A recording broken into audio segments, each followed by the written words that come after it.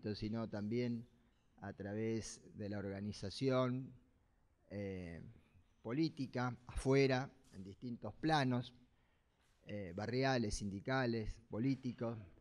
Y la mejor prueba de ello es que esta organización de estas charlas es el fruto del trabajo del Centro de Estudiantes, es decir, de los estudiantes que han decidido organizarse para cogestionar la carrera, la universidad. Bueno, yo voy a ser muy breve porque los participantes de la mesa son muchos y tienen diferentes urgencias. Me voy a limitar a nombrarlos y luego, cuando exponga nuestra invitada, haré alguna referencia a su trayectoria. Nos acompaña la doctora Gabriela Dicker, que es quien va a dar la conferencia, como ustedes saben. Están en la mesa el director del Departamento de Planificación y Políticas Públicas, el doctor Francisco Pestana, recientemente electo, la secretaria académica de la Universidad Nacional de Lanús, la licenciada Ana Clement, y uno de los representantes del Centro de Estudiantes de Planificación y Políticas Públicas, nuestro compañero Martín Radix. Le doy la palabra al director del departamento, que nos va a dar la bienvenida a esta jornada. Buenas noches. Muy contento de que me hayan participado de este importante ciclo de conferencias. Estamos muy contentos que nos visite Gabriela, que está haciendo un muy buen trabajo en su propia universidad y bueno, por ahí nos da una sorpresa pronto, pero no estoy autorizado a decirlo públicamente. Me parece también muy importante, y felicitaciones al Centro de Estudiantes y obviamente también a la dirección de carrera que ha apoyado la actividad, Toribio. Y simplemente reflexionar sobre la cuestión de la justicia social, que es un tema que creo que a todos nos incumbe, y sobre todo cuando participamos de una universidad, de nuestra universidad, donde en su proyecto institucional uno de los objetivos fundamentales es justamente esa justicia social, ese aspecto de la justicia colectiva por sobre la tradición de la justicia liberal clásica, individualista, la justicia colectiva. Donde hay una necesidad, hay un derecho; donde hay una necesidad, nace un derecho, y ahí es donde se produce el primer contacto con una política pública destinada hacia la justicia social. Y además, Gabriela, con su especialización y su trabajo en temas también que tienen que ver con las cuestiones curriculares. Ustedes saben que nosotros nos encontramos en un plan de reforma integral de todas las currículas, de todas las carreras de la universidad, que están produciendo los departamentos, y que lo estamos trabajando obviamente con el importantísimo apoyo de la Secretaría Académica, que tenemos aquí, Ana. Hoy justamente estuvimos trabajando 2 horas en esa cuestión. Reforma curricular que no solamente va a atender a cuestiones pedagógicas y metodológicas, son muy importantes. Sabemos que existen algunas superposiciones en las materias y algunos cruces que tenemos que tratar de resolver, sino también la cuestión de los contenidos. Es decir, estamos trabajando en de alguna manera materializar ese ADN de una universidad de la que habla la rectora Ana Jaramillo y el vicerrector Nerio Neirotti, ese ADN originario, ese ADN que de alguna manera está representado por la identidad de cada uno de los edificios de nuestra universidad: José Hernández, Raúl Scalabrini Ortiz y Arturo Jauregui, y volcar parte de las enseñanzas en las currículas para que de alguna manera ese ADN sea también incorporado a los estudios integrales que, junto con otros autores de diversas matrices y diversas experiencias académicas y extraacadémicas, muchos también, puedan aportar la información necesaria para que ustedes puedan despertar ese espíritu crítico y creativo a la vez, que esperamos que nutra y que se constituya el norte de todos nuestros egresados y egresadas.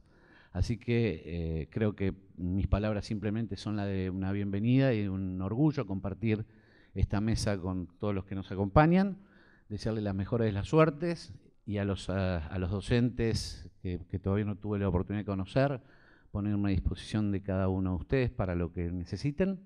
Y a los alumnos, como saben, esta es la prioridad. En esta etapa de la gestión se va a llamar prioridad los estudiantes. Ni siquiera vamos a tratar de eliminar, inclusive en la cuestión del departamento de alumnos, estudiantes. Es decir, para nosotros no son alumnos, sino son estudiantes.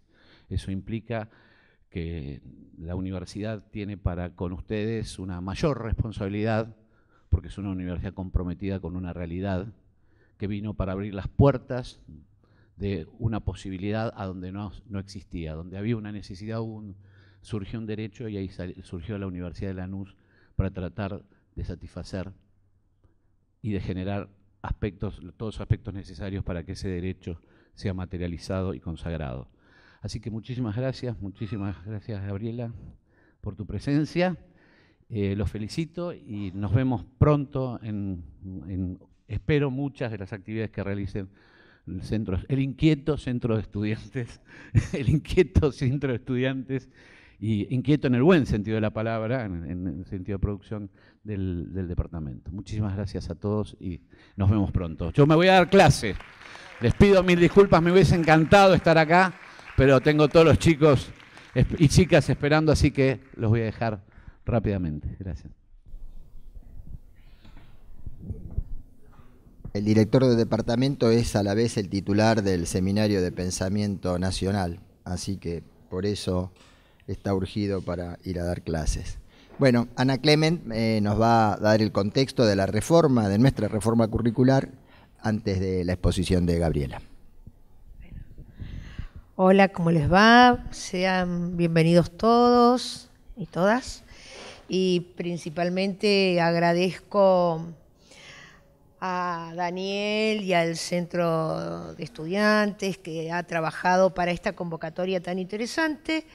Y claro, es muy grato tener a Gabriela, es una colega con la que nos vamos cruzando en el camino.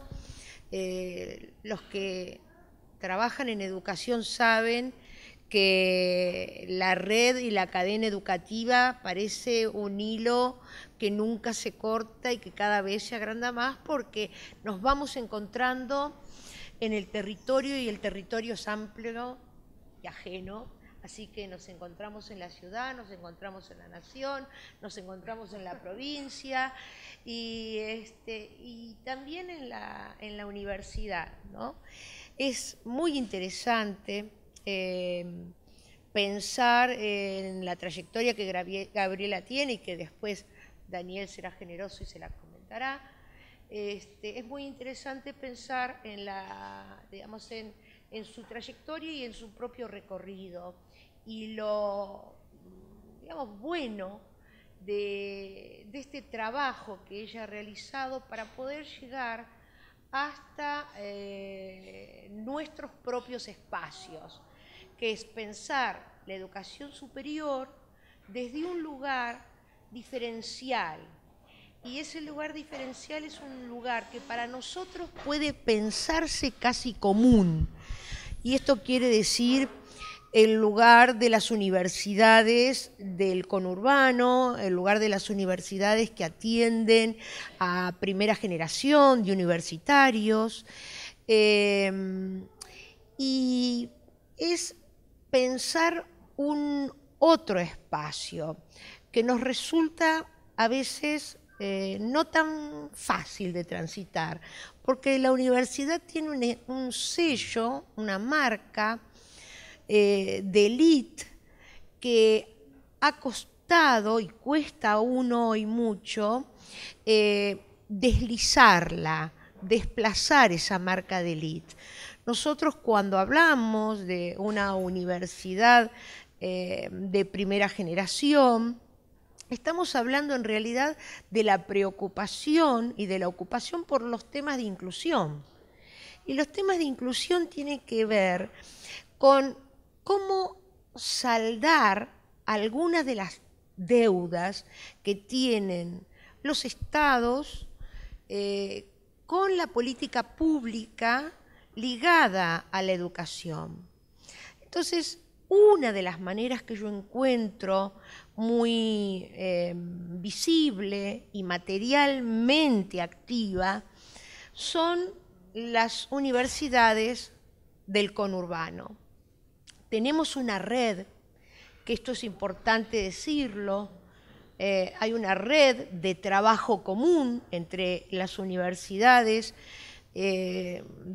digamos, de este primer y segundo cordón, y nosotros nos llamamos y nos llaman las universidades de la tercera ola, ¿no? Por las fechas en que fuimos, digamos, creadas. Adelante, señora. Entonces, digo, las fechas son interesantes para el análisis, en el caso nuestro, por ejemplo, que no está muy lejos de la de Sarmiento. Y nosotros somos una universidad de la tercera ola, pero nacimos en la década de los 90. La década de los 90 aparece en nuestra historia como el lugar paradigmático o de mayor exposición y claridad de la aplicación de las políticas neoliberales. ¿Qué significó crear estas universidades en la década del 90? Fue realizar un trabajo contracultural, porque allí donde nosotros estamos hoy, que es, todos saben, estamos en los talleres desguazados de un sistema de ferrocarril, que hoy está reintentando ponerse nuevamente de pie.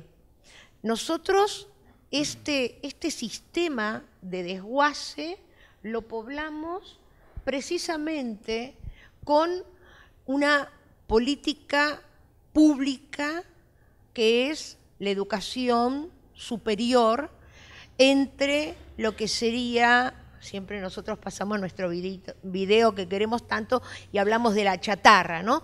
Yo digo, sí, esto era la chatarra del desguace ferroviario, creciendo en ese espacio.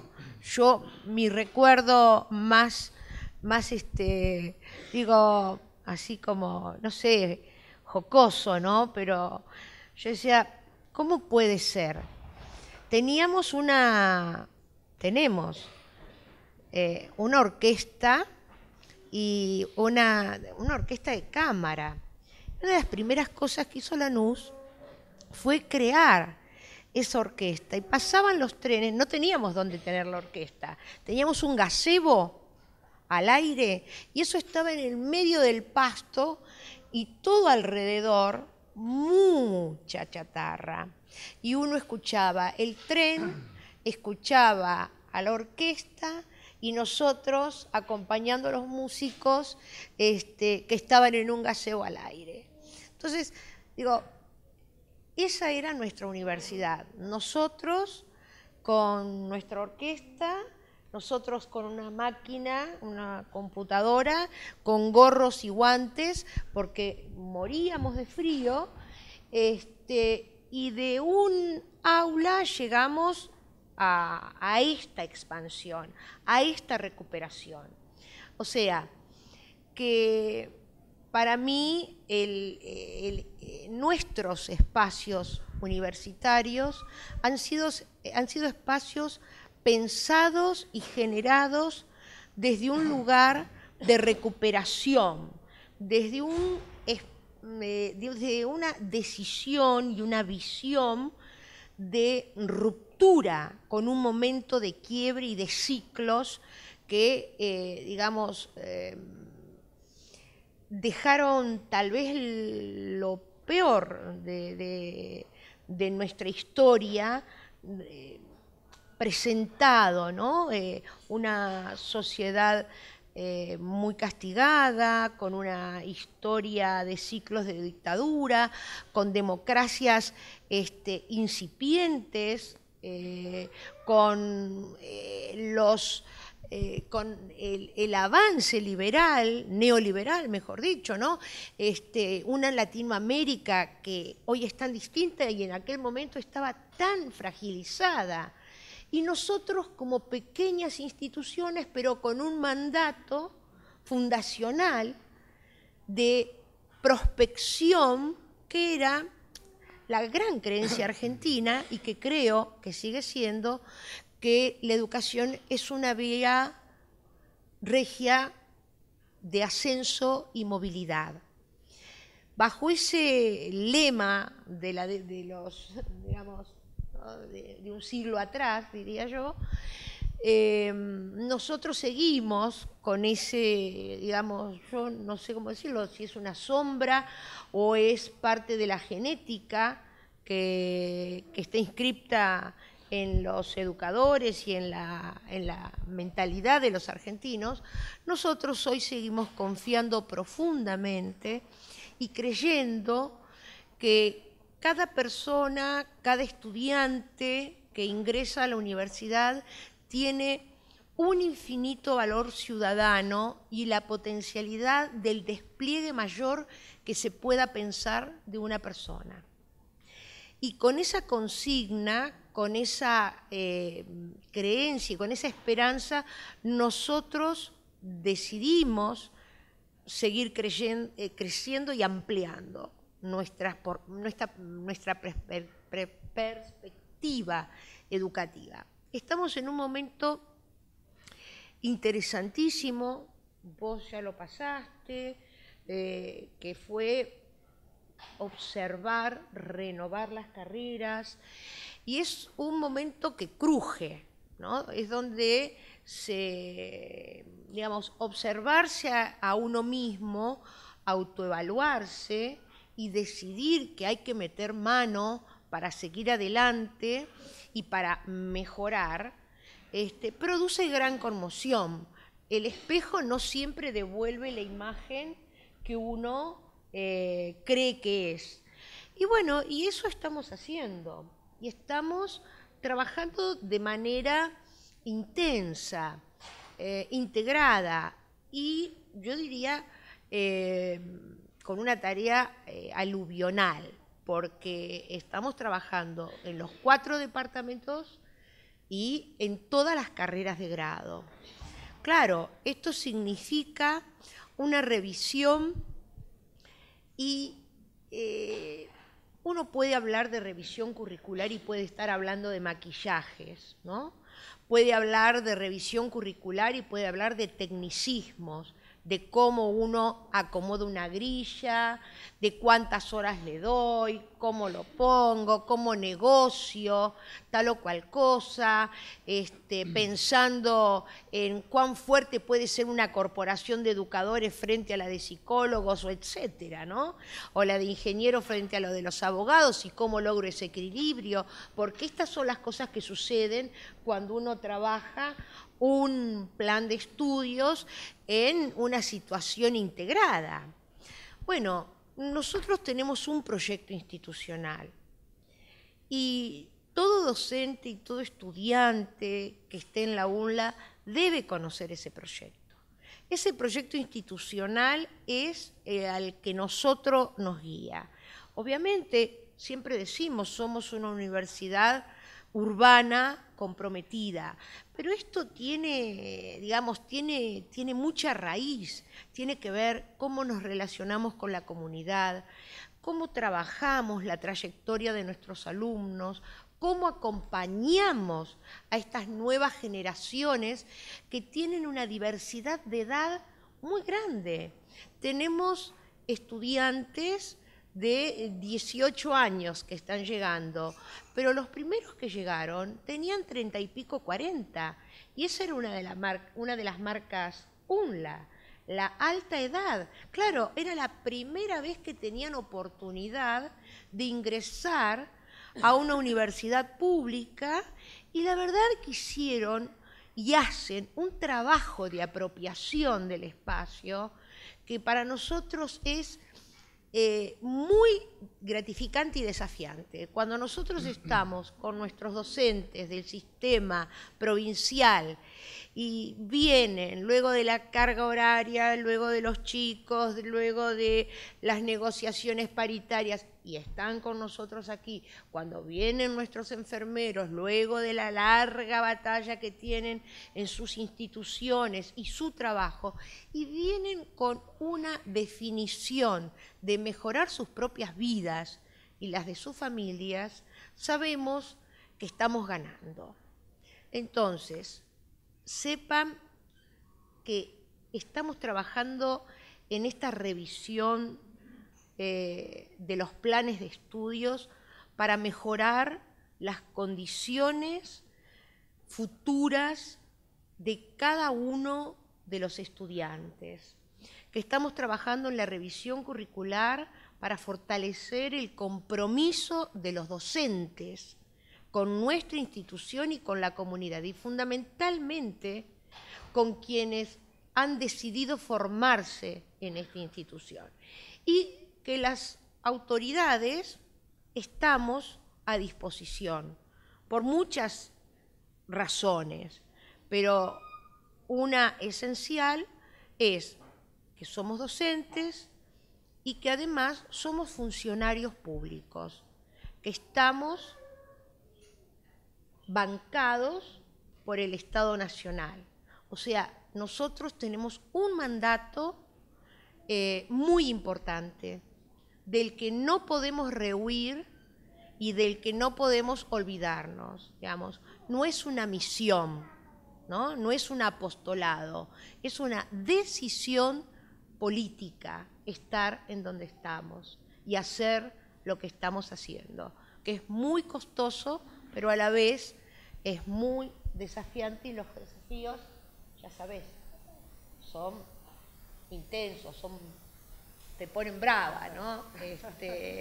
Y bueno, y la verdad que son fuertes. No siempre uno tiene la posibilidad de ver o de vivir y transitar el trabajo que se comienza.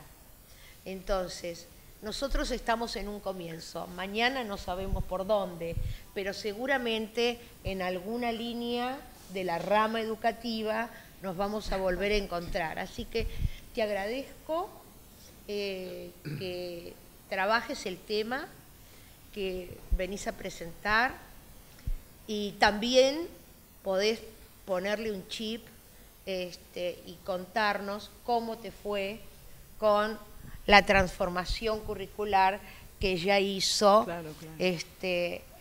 General Sarmiento. Así que muchas gracias. A nosotros nos alegra verte por acá. Gracias, gracias a vos.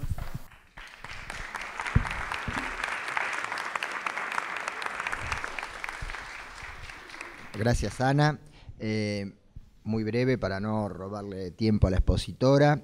Gabriela Dicker es doctora en Educación, con énfasis en Historia de la Educación y Pedagogía por la Universidad del Valle de Colombia. Tiene estudios realizados postdoctorales en la Universidad de Valladolid, España. Es investigadora de la Universidad Nacional de General Sarmiento, donde, como se ha dicho, actualmente es secretaria académica. Sus campos o líneas de investigación son la formación de maestros y profesores. Ha sido bibliografía seguramente en los profesorados y en nuestra carrera también. En trabajos con infancias y adolescencias en situaciones complejas, en el campo de la pedagogía y en el campo de los docentes como productores de saber pedagógico. Entre sus obras podemos mencionar Educar saberes alterados, Tiempos de infancia, Argentina, fragmentos de 200 años, ¿Qué hay de nuevo en las nuevas infancias? Educar posiciones acerca de lo común, Educar figuras y efectos del amor, Educar sobre impresiones estéticas y la formación de maestros y profesores, hojas de ruta. Le damos la palabra a nuestra invitada. Bueno, muchas gracias. Gracias por la invitación para empezar al Centro de Estudiantes. No creo que haya inquietudes buenas o malas, me parece bien que sean inquietos en general. A Francisco, que tuvo que irse, y a quien veremos en el futuro desde el nuevo lugar que ocupa.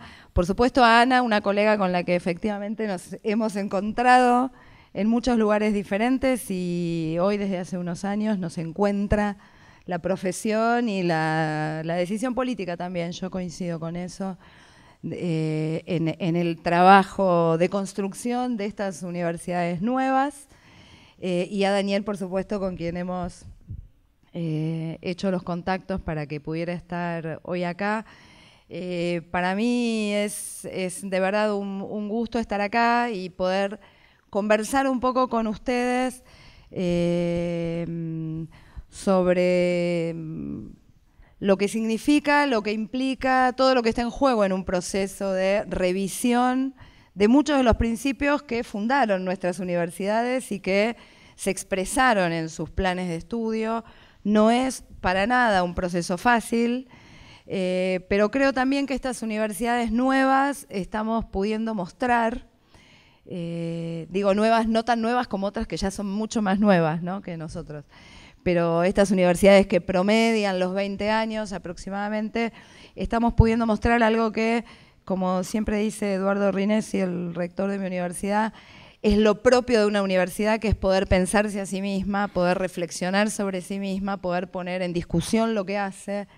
Y creo que hay mucho más de esto y bastante más de utilidad en estas nuevas universidades, por ejemplo, a la hora de mirar nuestros procesos de formación, que en las universidades tradicionales, como bien sabemos, por muchas razones, entre otras, porque, como no se le escapa a nadie, todo proceso de revisión curricular u organizacional pone en juego, tensa posiciones de autoridad, posiciones de poder, lugares y territorios que se quieren conservar, y eso es mucho más difícil conservarlo probablemente en universidades con otras tradiciones y con tradiciones más largas. Yo siempre digo, en mi universidad, la Universidad Nacional de General Sarmiento, el proceso completo de revisión de lo que llamamos toda su oferta de formación llevó en total, yo diría, unos 4 años. La reforma de los planes de estudio llevó 2 años.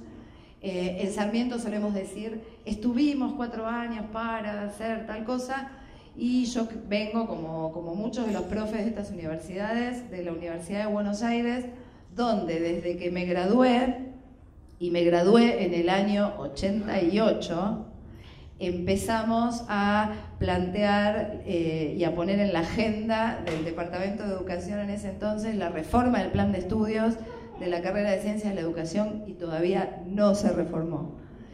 Pero quiero decir que sigue estando en la agenda del Departamento de Ciencias de la Educación, y así ha estado durante 30 años, ya van, no sé, 20 y pico de años, con lo cual creo que tenemos más chance nosotros todavía, quizá por jóvenes, de llevar adelante estos procesos, y además creo que tenemos obligación de llevarlos adelante.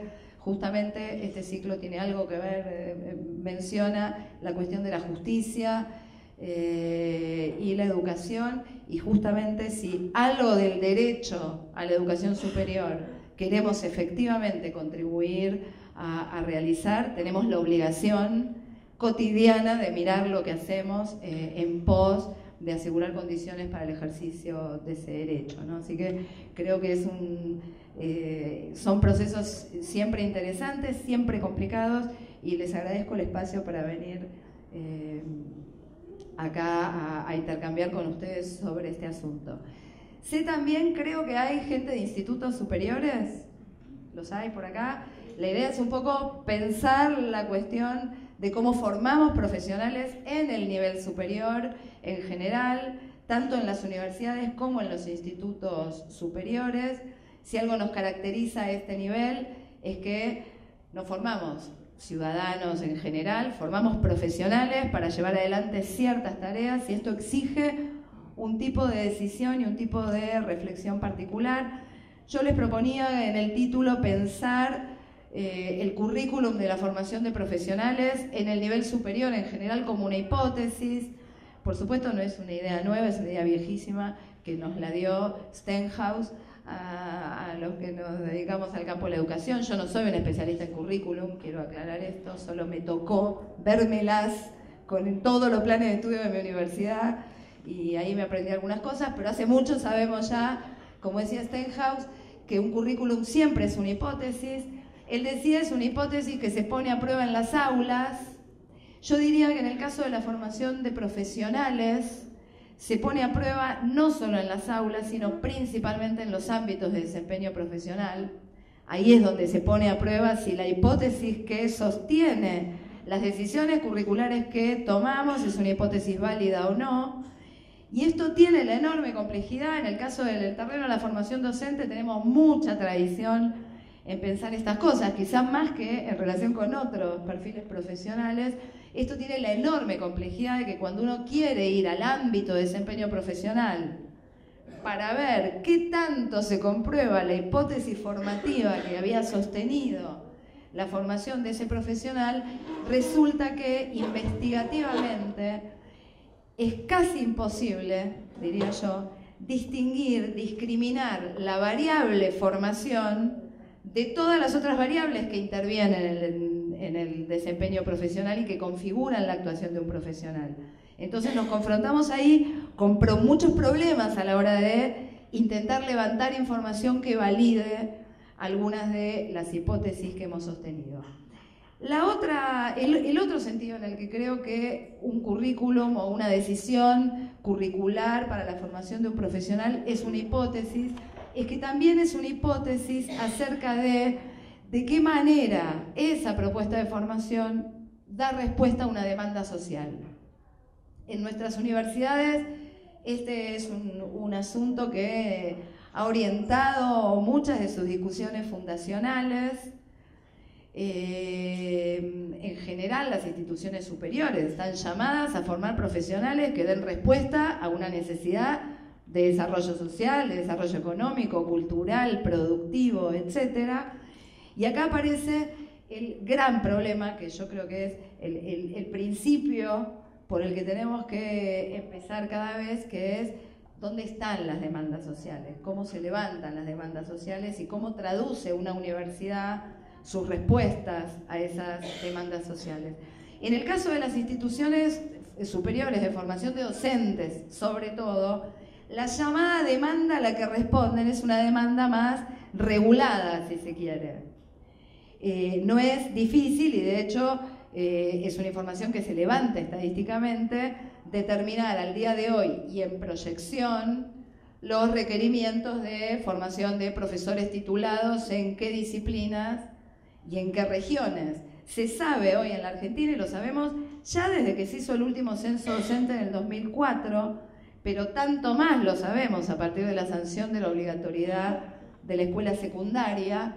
Sabemos que en algunas áreas y en algunas regiones en particular no tenemos ni vamos a tener cada vez más problemas para cubrir la demanda de profesores que sostengan una escuela secundaria universalizada. Sin embargo, debo decir también, la planificación de la formación de profesionales necesarias para cubrir esa demanda, que en el caso de las instituciones no universitarias es responsabilidad de los estados provinciales, es una planificación todavía bastante débil, diría yo, ¿no? Porque deberíamos estar diciendo, hay que salir corriendo a formar, por ejemplo, profesores de lenguas extranjeras, o a formar profesores de disciplinas artísticas, o a formar en algunas regiones profesores de matemática. Y esto no es solo un problema de las instituciones superiores, también es un problema de las universidades, que decidimos muchas veces a la piuela, si me permiten la expresión, y según nuestro buen saber y entender. Por ejemplo, cuando formamos profesores, yo no sé si la NUS forma profesores, en mi universidad hay 7 carreras de profesorados, de educación superior y de educación secundaria, pero las universidades, cuando decidimos en qué disciplina formar profesores, lo decidimos también en función de los recursos que tiene la universidad, la demanda de sus propios equipos, etcétera, y tampoco lo hacemos, o si lo hacemos es solo porque autónomamente nos pareció que era responsable hacerlo, pero nadie nos obliga a ver qué requerimientos el sistema, sobre todo de la región en la que está implantada la universidad, tiene de formación de profesores. Alrededor del 93-94% de las universidades argentinas nacionales forman profesores.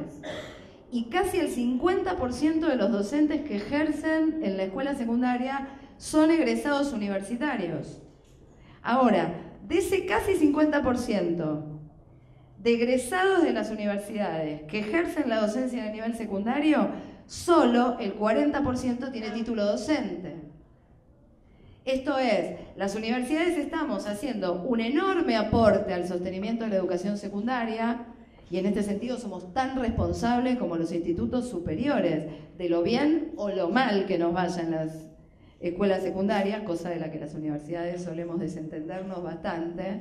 Pero digo, somos corresponsables si se quiere, pero el mayor aporte lo hacemos a través de profesionales que no han sido formados específicamente para la enseñanza.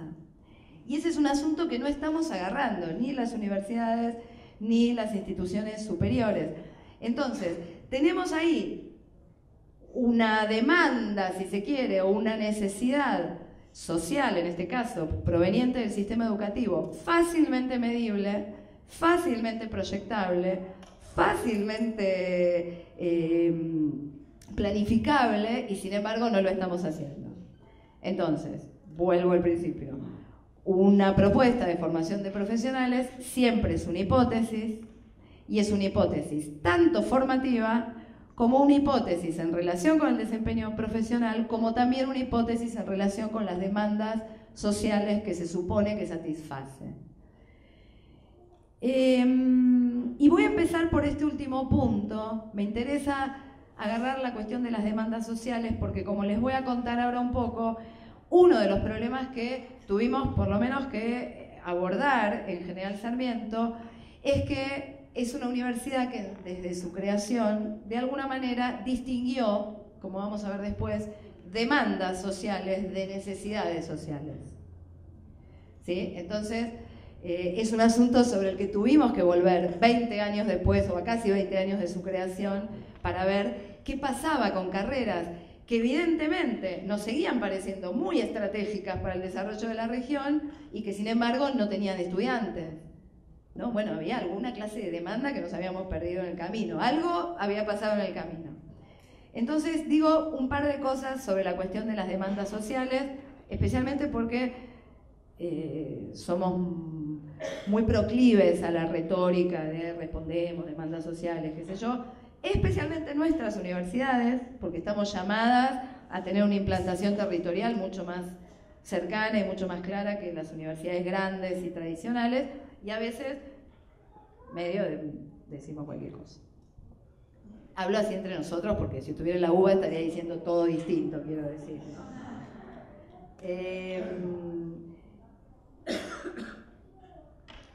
En general, en relación con las demandas sociales, cuando uno piensa una propuesta de formación de profesionales, quisiera señalar por lo menos 4 problemas, o 4 tipos de problemas.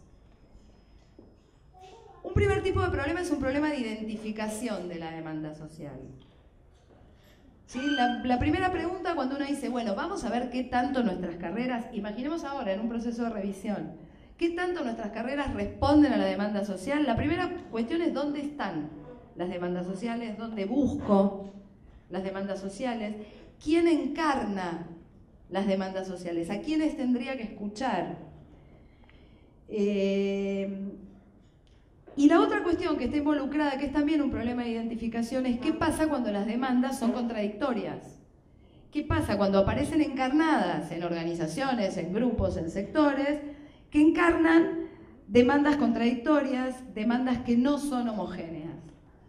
Y esta es una cuestión que no es menor, porque sería muy fácil para las universidades o para en general las instituciones superiores decir, salgo a buscar la demanda, la detecto, la respondo. ¿Sí? El asunto es que la demanda no está ahí para ser levantada tan fácilmente y que en la mayor parte de los casos la demanda no es homogénea.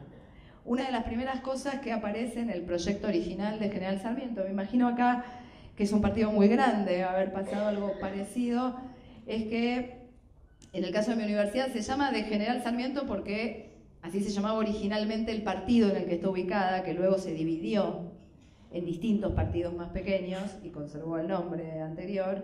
Y la primera cosa que les aparece a quienes estaban gestando el proyecto de esta universidad es, no hay un General Sarmiento, no hay un partido solo, ni hay un solo conjunto de demandas que creamos que podemos responder, de modo que esto obliga a la universidad a hacer un trabajo de traducción y de análisis de eso que va levantando en todo caso como demandas. Quiero decir, la respuesta a la demanda, si es que la hay, nunca es automática. Esto sería muy fácil y nos daría mucha legitimidad. Si la secretaria académica de la universidad sale a decir, yo estoy respondiendo una demanda automáticamente, esto casi nadie lo discutiría. El problema es que no funcionan así las instituciones superiores ni tampoco la sociedad. El segundo tipo de problemas que me parece que hay que tener en cuenta es un problema de alcance cuando hablamos de demandas sociales. La cuestión sería más o menos así. Cuando decimos que una universidad o que una institución superior o que una carrera debe responder a demandas sociales, decimos, ¿a demandas de qué alcance? ¿Regionales? ¿Locales? ¿Nacionales? ¿Del sistema científico-tecnológico? ¿Barriales? ¿Cuál es el alcance de la demanda que queremos responder? Es un asunto fundamental. Yo doy un ejemplo. En el proceso de revisión de la oferta formativa de General Sarmiento se discutían no solo los planes que ya teníamos, sino también líneas estratégicas de desarrollo y de expansión de la oferta a través de nuevas carreras. Una carrera que aparece por un grupo de investigación muy fuerte y muy consolidado que hay en la universidad en el área de matemática, es crear la licenciatura en matemática computacional. No había ninguna duda, y cualquier estudio que uno haga y cualquier relevamiento de prioridades de desarrollo productivo, tecnológico, sistema científico-tecnológico, etcétera, muestra con mucha claridad que el desarrollo de profesionales en esta disciplina es absolutamente estratégico y que sería un aporte muy estratégico, sobre todo a escala nacional, al sistema científico-tecnológico. Ahora, la pregunta es, eso no hay duda, respondería a una demanda de un alcance que lo que pone en discusión es si es esta universidad la que la tiene que cubrir, ¿no? Entonces, a veces está la demanda, hay acuerdos sobre cuál es la demanda o cuál es la necesidad, lo que sigue habiendo que discutir es si es nuestra universidad, nuestro instituto, el que debe cubrir esa demanda, el que está llamado a cubrir esa demanda o no, o en función de sus principios fundacionales, en la población que asiste, las demandas de los potenciales estudiantes, debe priorizar hacer otro tipo de cosas. Quiero decir, una universidad como la UBA, por ejemplo, para tomar el paradigma de la universidad tradicional y grande, en su licenciatura en matemáticas es una carrera muy pequeña, con muy poquitos alumnos. Ahora, esa es probablemente una opción que no debamos tomar universidades como las nuestras, ¿no? Carreras que por definición están llamadas a formar una pequeña élite que hará un aporte muy importante al sistema científico-tecnológico. La otra cuestión vinculada con el alcance de la demanda te lleva directamente al nivel de formación. La cuestión sería más o menos así. ¿Qué nivel de formación se relaciona mejor con el alcance de una demanda? Y acá pienso en el alcance no tanto territorial, geográfico, sino temporal. Entonces, por ejemplo, en Sarmiento decíamos, una carrera de grado, una licenciatura, una ingeniería, un profesorado, representa el nivel de formación más estable de una universidad. No conocemos prácticamente universidades que hayan cerrado carreras de grado y mucho menos institutos superiores que hayan cerrado carreras de grado, aún formando profesores para asignaturas y con titulaciones que ya no existían en el sistema. Hubo mucho trabajo para reconvertir eso y cuando se hizo coercitivamente, como bien recordaremos todos en la década del 90. Pero es muy difícil en general modificar lo que define más claramente la asignación de recursos, los docentes y demás de una institución, que es su oferta de grado fundamentalmente. Entonces decíamos, si son las carreras que están llamadas a ser más estables, deben tender a responder demandas que se proyecten muy estables en el tiempo. para lo cual sus perfiles deben ser suficientemente genéricos, polivalentes, como para permitir cubrir demandas que se proyectan en el largo plazo. Esta que es una cuestión que parece una obviedad, en una universidad como la mía, por lo menos, era un problemazo, porque teníamos carreras que se habían generado, después voy a explicar en función de qué lógica, que era muy interesante su lógica, solo que no funcionó, pero que se habían generado con perfiles súper específicos, por ejemplo, licenciatura en ecología urbana, y que empezaba a generar el problema de que cuando un chico egresado de la licenciatura en ecología urbana iba a buscar trabajo de ecólogo, el campo ocupacional decía: yo busco ecólogos, no ecólogos urbanos. ¿Sí? Esto es, el perfil formativo era más restringido que el perfil ocupacional. Entonces, hay una consideración para hacer en relación con el alcance, la polivalencia de los perfiles profesionales y el alcance de la demanda que se supone viene a cubrir. ¿Sí? En el otro extremo, uno podría decir la formación continua que ofrece una universidad es probablemente el nivel que está llamado a responder más claramente demandas formativas muy puntuales que empiezan y terminan, formo un sector, un grupo de gente y levanto la oferta porque es mucho más dúctil. El tercer tipo de problemas con el que nosotros nos encontramos y que me parece que es útil para revisar lo que hacemos en la formación de profesionales es el problema del tipo de respuesta que una universidad puede y debe dar a las demandas que detecta.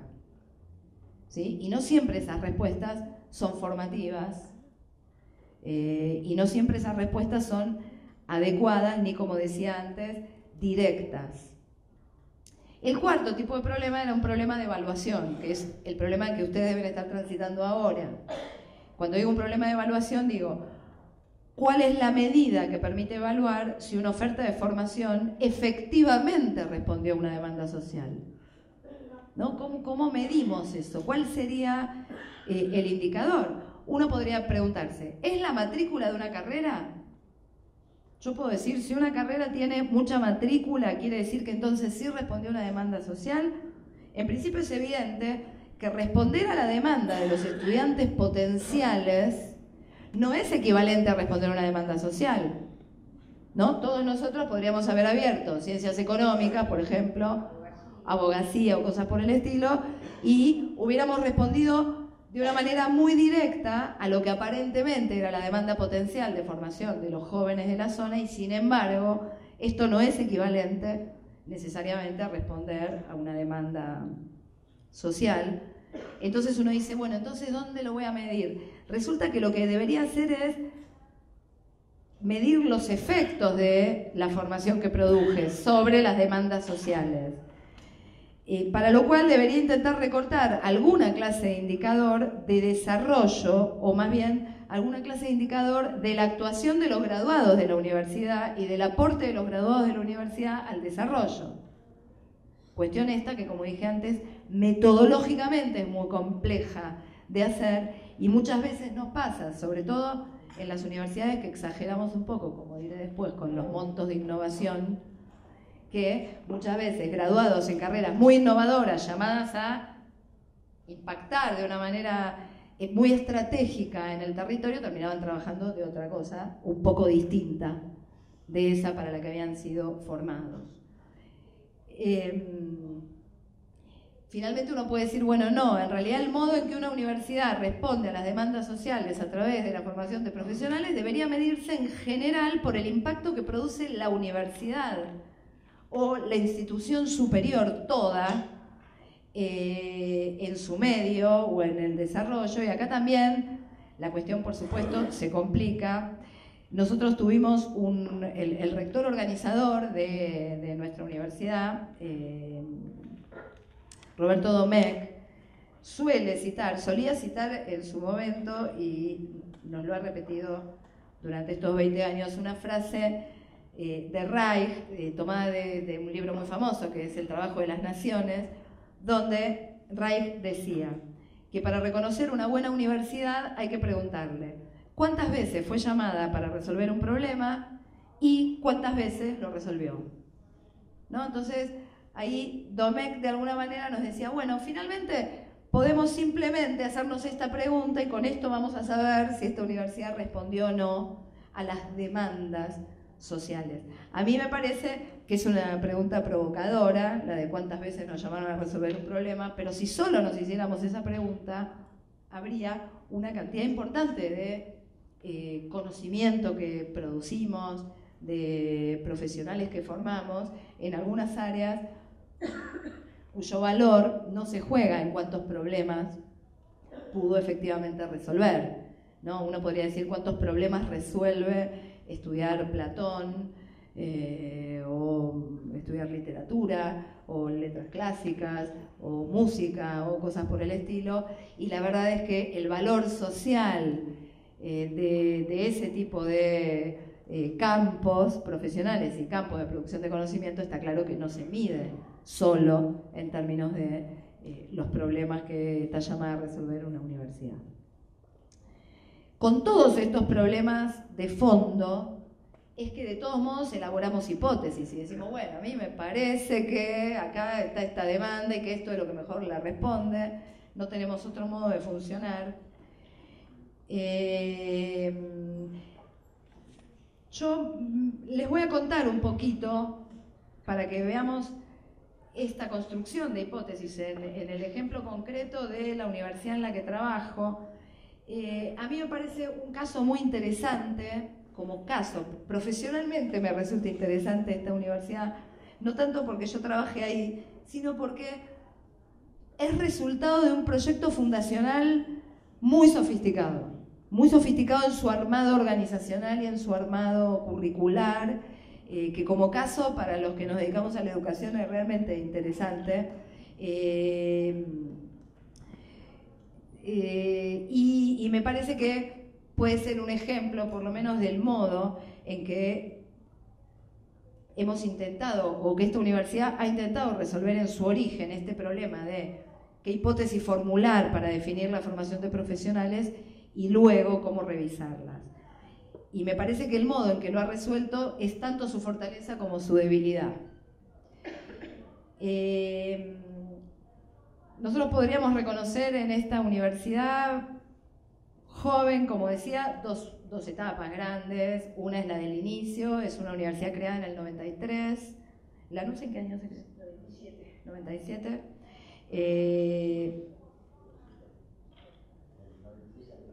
El 97 abrió sus puertas, claro.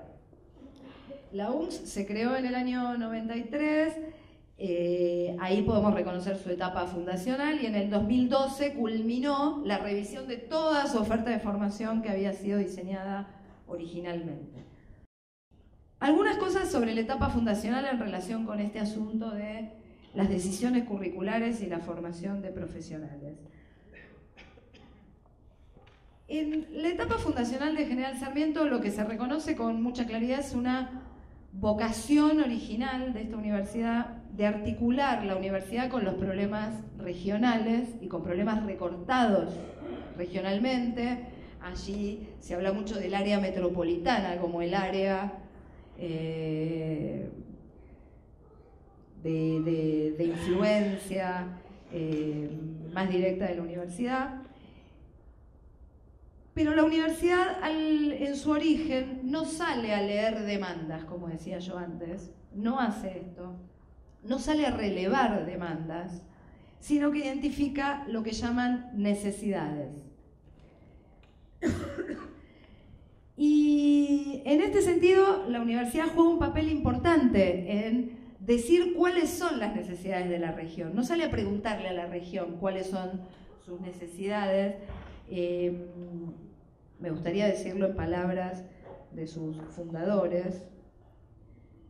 Ellos dicen que no se trataba de ir a buscar sectores progresistas, ni los sectores fascistas, ni todos los sectores que atravesaban ese partido. Era necesaria una autoconciencia de la universidad, era necesario que la universidad asumiera un espíritu crítico y que jugara un papel. Y ellos deciden que el papel que va a jugar es el de salir a identificar las necesidades del territorio, muchas veces a contramano de las demandas del territorio.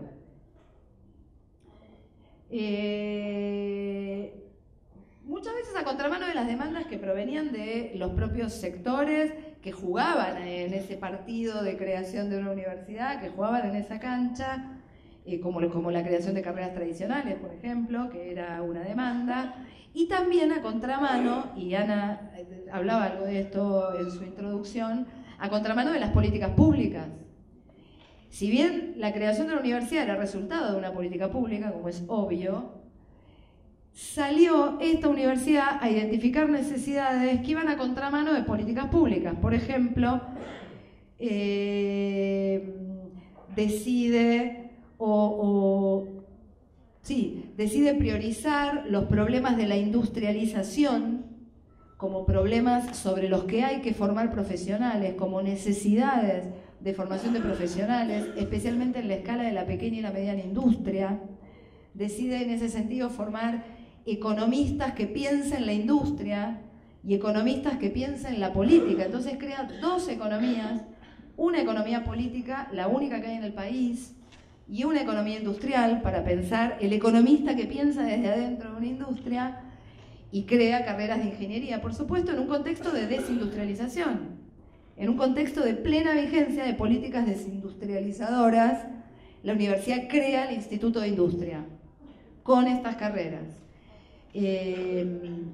Al mismo tiempo crea un instituto. Nosotros tenemos institutos donde ustedes tienen departamentos, un instituto que es el instituto que llama del conurbano, que se va a ocupar de lo que la universidad decía son las necesidades de formación de profesionales para pensar el conurbano, que es el urbanismo, el problema del desarrollo de la ciudad, del desarrollo urbano, la cuestión ambiental vinculada a la ciudad, por eso la ecología urbana, y la cuestión de las profesiones del Estado vinculadas con la gestión del territorio. Ellos dicen, hace años desaparecieron las direcciones de planificación de las oficinas del conurbano, habían desaparecido durante la dictadura, todas las intendencias tenían antes de la dictadura oficinas de planeamiento, estas desaparecen, y dicen, no hay profesionales capaces de planificar políticas de desarrollo para el conurbano, entonces crean la carrera de política social y la carrera de administración pública dentro de ese instituto, como ejemplos. Por otro lado, tan a contramano va de las demandas sociales y de las políticas públicas que se niega, y esto lo dicen así explícitamente, a hacer una universidad para pobres con carreras cortas. El decreto original de creación de la Universidad General Sarmiento decía, se crea una universidad con carreras cortas de salida laboral. Y luego de mucha discusión se logra que salga esa frase del decreto, y no solo se elimina esa frase del decreto, sino que el grupo fundador de la universidad dice, no vamos a crear ninguna carrera corta con salida laboral. De hecho, no hay en General Sarmiento carreras técnicas, lo que llaman carreras de pregrado, sino hasta ahora. Hasta ahora que pudimos revisar ahí cuál era la discusión y cuál era la disputa, y pudieron crearse saliendo de ese lugar, ¿no? Lo que dicen es, vamos a crear la universidad de mayor excelencia que pueda haber en este lugar, porque el mensaje que queríamos dar era exactamente el contrario. Y el asunto que a mí me resulta fascinante de esta universidad es que diseña su oferta de formación y su organización académica, su estructura curricular, sobre la lectura de estos problemas, ¿no? Entonces dice, no vamos a salir a leer demandas, vamos a identificar necesidades, aunque sea contramano de esas demandas, vamos a generar una organización académica que ponga en primer plano la producción de conocimiento sobre esos problemas. Entonces se crea la figura del investigador docente. En General Sarmiento no existe la dedicación simple, todos los investigadores tienen dedicación exclusiva o semi-exclusiva, porque se dice, la prioridad es producir conocimiento sobre estos problemas. Entonces tenemos que tener una organización académica acorde a esto y formar profesionales en línea con estos problemas y con el conocimiento que produjimos. En este sentido, las carreras de esta universidad, la formación de profesionales, de alguna manera es un efecto para ellos, es una derivación del conocimiento que se producen sobre problemas relevantes del territorio. La cuestión es muy interesante, si uno mira la línea, dice hay un problema en el conurbano con el desarrollo de la ciudad, y con el desarrollo urbano, y hay 5 millones de personas sin agua, y el tema de los residuos, qué sé yo. Hay un problema con esto, creamos un área de investigación en urbanismo, traemos a los mejores urbanistas que seamos capaces de traer, creamos un instituto del conurbano y formamos licenciados en urbanismo, licenciados en ecología urbana. El diseño es realmente muy sofisticado y muy ajustado. El problema, bueno, hay muchos problemas. El principal es que es una universidad que se creó con un monto de innovación que no se podía gestionar. Cuando digo un monto de innovación, digo carreras que creaban al mismo tiempo un perfil formativo y un perfil ocupacional que no existía en el mercado. No existía el lugar del licenciado en política social. Existía el licenciado en trabajo social, ese lugar estaba claramente identificado, no era lo que quería hacer la universidad, porque entendía que ese no era el problema. O en el Estado, en los distintos sectores trabajaban, como bien sabemos, profesionales de cada uno de los sectores. En el sector educación trabajaban profesionales de la educación, en el sector salud, los de salud. El licenciado en política social, que se supone podía manejarse en todos esos sectores, encontraba dificultades ahí para ver cuál es mi nicho en el Estado, y la universidad al mismo tiempo estaba generando en algunos temas carreras que no existían en el sistema universitario. A ustedes creo que les pasó lo mismo, ¿no? Con algunas. O sea, títulos que no existían, títulos que nadie sabía qué eran, porque era la primera vez que los escuchaban, y campos académicos, objetos de estudio nuevos. Todo ese monto de innovación al mismo tiempo hizo las cosas bastante complicadas, combinado con una población para la que la universidad era una novedad en ese territorio, dio algunos resultados que son bastante esperables. Por ejemplo, la matrícula estaba concentrada en las carreras de profesorados, probablemente porque eran las titulaciones más reconocibles para todos. Todos sabíamos de qué trabaja un profesor, dónde trabaja un profesor, y además es el sistema educativo todavía el único, diría yo, el único ámbito ocupacional para el que no se requiere capital social para ingresar. No necesito tener agenda de contactos para presentarme a un acto público y acceder a un cargo docente, mientras que para muchas otras profesiones, si no tengo lo que los sociólogos llaman capital social, o podríamos llamar una agenda de gente que puede ir llamando más o menos, che, mirá, me recibí, no sé si tenés ahí un lugarcito y qué sé yo, la cosa se complica. Entonces nosotros teníamos carreras súper innovadoras, muy estratégicas para el desarrollo de la perspectiva de la universidad, con pocos estudiantes, y las carreras más tradicionales de todas, ¿sí?, que eran los profesorados, con muchos más estudiantes. Entonces teníamos que revisar todo esto que se había dado en el origen. La matrícula de General Sarmiento en el año 2010, cuando nosotros asumimos, cuando yo asumí como secretaria académica en esta última gestión que está ahora terminando, la matrícula de la universidad se acercaba mucho más al promedio de la matrícula de una universidad privada que al promedio de la matrícula de las universidades del sistema público,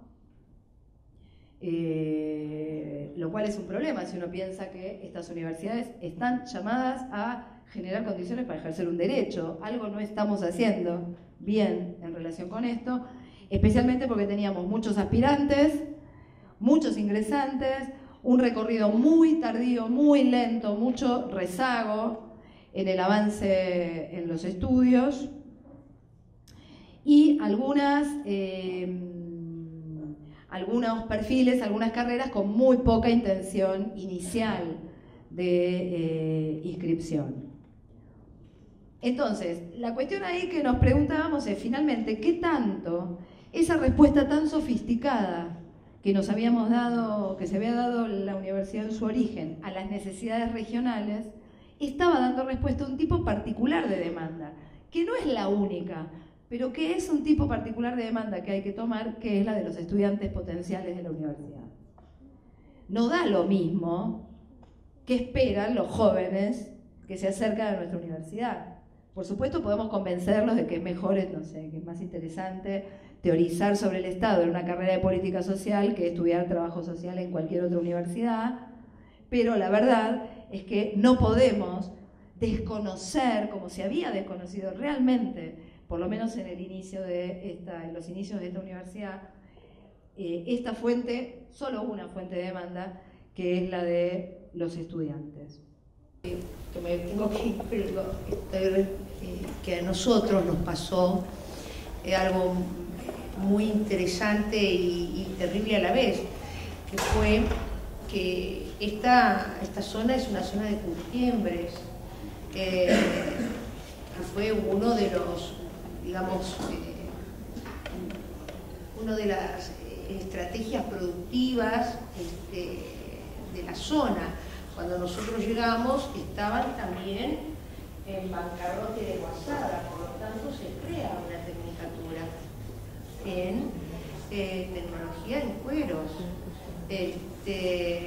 Y la verdad es que lo estuvimos sosteniendo hasta ahora, porque nosotros ya, digamos, estamos con el último egresado, pero sin matrícula. ¿Por qué?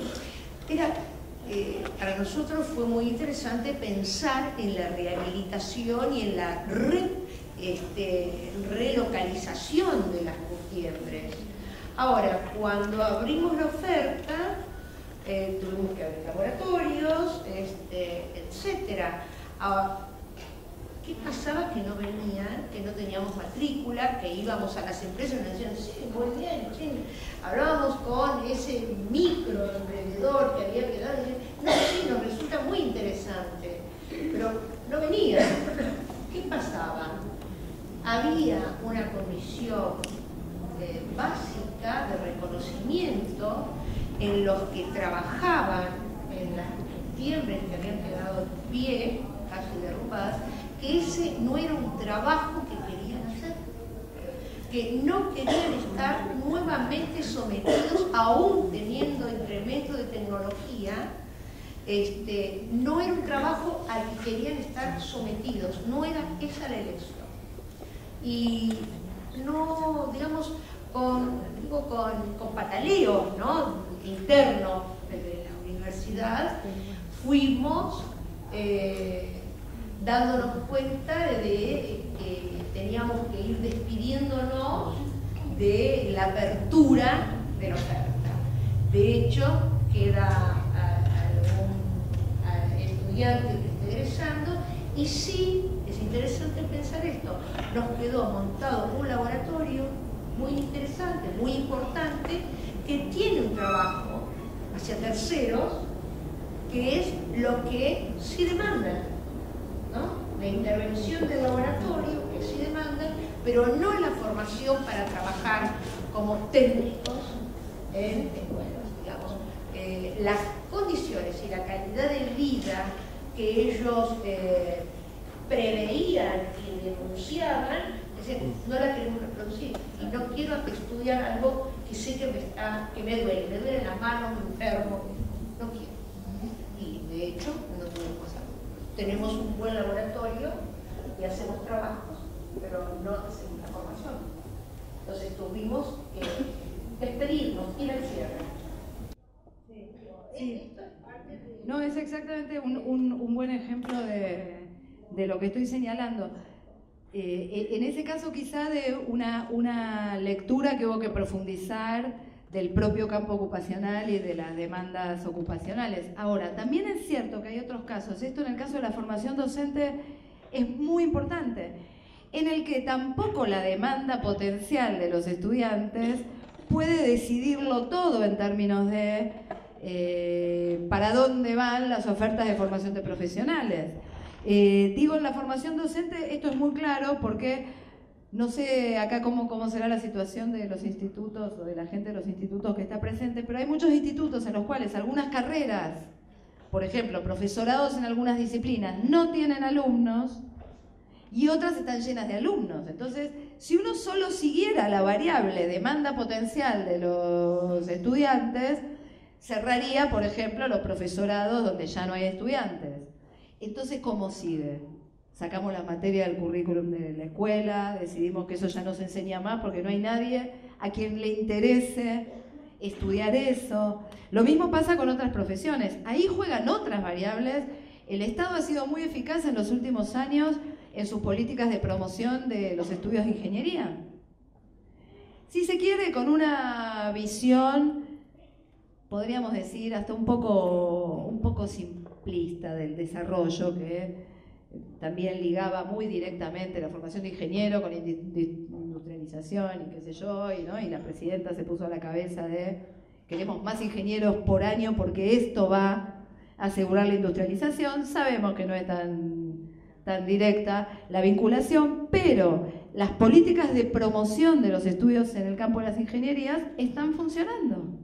Están funcionando. Hay más matrícula derivada hacia todas las carreras de perfil tecnológico.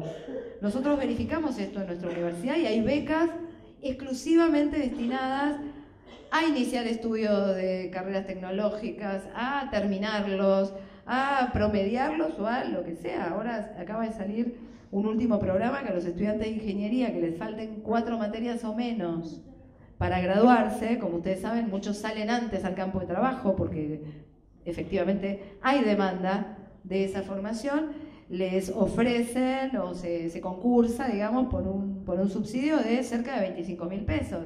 Esto es, rendís tus 4 materias y es un estímulo, ¿sí?, que te da el Estado para que mientras tanto te salgas de donde estás trabajando y termines rápido la carrera. Digo, esas políticas también deben estar incorporadas. Con esto quiero decir, tampoco es tan fácil como decir, esta carrera no tiene alumnos, la cierro, porque resulta que no le respondió a nadie. Es el cruce de todo esto lo que hay que analizar. Para ir cerrando y que podamos abrir acá la discusión, algunas herramientas que a nosotros nos sirvieron para la revisión, y no sé si acá les resultarán útiles o están usando otras, pero me gustaría compartirlas. Una es distinguir entre tipos de necesidades a lo que la formación profesional responde, y distinguimos entre necesidades existentes, necesidades proyectadas, ¿sí?, que podemos proyectar en el tiempo, y necesidades promovidas por las propias instituciones superiores. La otra cosa es que nos quedó claro que cuando hablamos de demandas, por lo menos hay 3 fuentes de demandas que tenemos que considerar sí o sí. Una es la de los estudiantes potenciales, como decía. Otras son las necesidades que identifiquemos de desarrollo en distintas áreas. Y la tercera son las demandas que nosotros definimos como demanda interna de la universidad. Esto es, en universidades que ya tienen transitada cierta cantidad de años y equipos de investigación consolidados y demás, empiezan a aparecer demandas de los propios equipos, que son también demandas de apertura de carreras, etc. La otra cosa que tuvimos en cuenta fue vincular mejor el nivel de formación con la estabilidad que preveíamos que iba a tener la necesidad que iba a cubrir. La otra es que debimos y debemos calibrar mejor el monto de innovación que gestionamos todo al mismo tiempo. Entonces, por ejemplo, dispusimos que las carreras de la universidad, las existentes y las por crearse, no podrán volver a inventar títulos.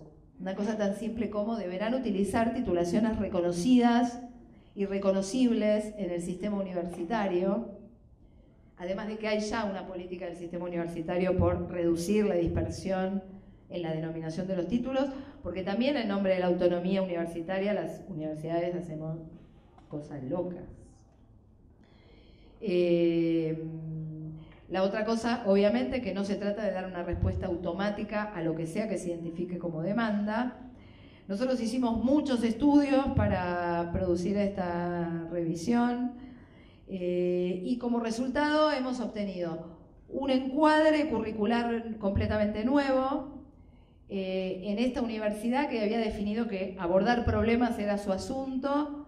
También definió que los problemas siempre son complejos, por lo tanto deben ser abordados transdisciplinariamente, por lo tanto los institutos debían ser interdisciplinarios, por lo tanto los profesionales debían formarse en la interdisciplina, para lo cual, fíjense la sofisticación de todo el asunto, la base formativa tenía que ser dura en disciplinas, porque nadie entra al trabajo inter o transdisciplinario sin una buena formación disciplinar. Entonces Sarmiento tenía un primer ciclo estructural del currículum, todas las carreras, que duraba primero 3 años, después 2 años y medio, en grandes menciones, en grandes áreas, grandes campos, organizados sobre lo que se llamaban troncales disciplinares. Entonces, si vos ibas a hacer una carrera que ligaba con las ciencias sociales, hacías una mención en ciencias sociales y significa que estudiabas sociología y economía. Muchas materias de sociología y de economía. Si entrabas por las ciencias humanas, hacías 7 filosofías y 7 historias. Y después por ahí te metías, por ahí no, después en el segundo ciclo entrabas a la cuestión de abordar un problema interdisciplinario. El diseño estaba buenísimo, yo insisto, el diseño es muy sofisticado, es muy interesante, pero hubo que romper esa estructura porque el 60% de los estudiantes tardaba 5 años promedio en terminar el primer ciclo y nunca había visto una materia que tuviera algo que ver con la carrera que había elegido. Solo si tenía suerte y coincidía mucho el primer ciclo con la carrera, por ejemplo, estudiaba economía, entraba por sociales, venía haciendo economías, pero además tenía que hacer un montón de sociología, te guste o no te guste. Esto no estaba mal formativamente, era muy interesante formativamente, pero era una prueba a la voluntad, una prueba a la vocación. Se demoraba muchísimo en terminar ese ciclo, se expedía un diploma de estudios generales que no tenía ningún reconocimiento del mercado ocupacional, entonces a los chicos tampoco les servía porque no tenía incumbencias profesionales, era un diploma académico.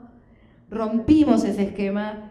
Al quebrar eso que era tan estructural del currículum y que espejaba organizacionalmente, había un instituto que solo daba la formación básica.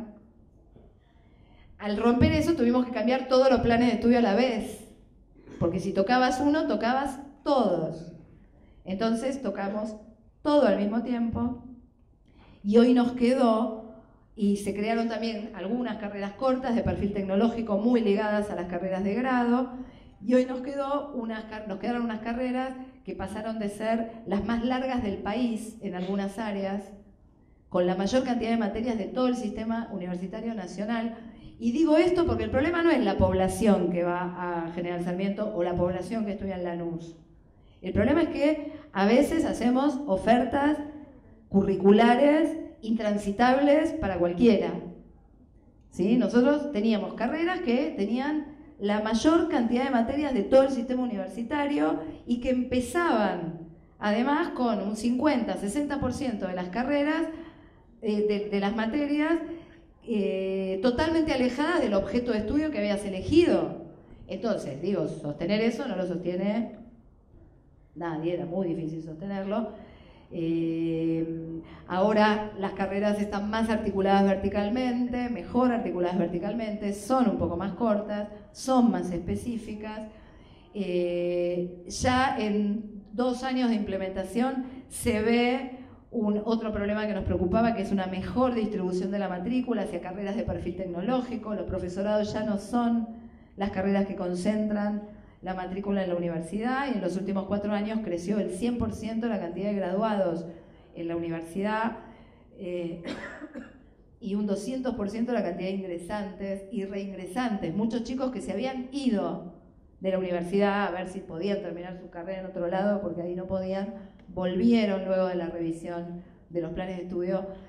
Un proceso muy importante. ¿Problemas que nos quedan o problemas que hay que anticipar? Todos. En nuestro caso, el principal problema es que fue un diseño tan ajustado el original que cuando desajustamos una variable, medio se desacompasó todo y ahora tenemos un instituto cuya función era dar un primer ciclo que ya no existe porque ya no da un título en sí mismo. Entonces ahora hay que revisar cómo se redistribuyen las funciones de los institutos y la estructura organizacional.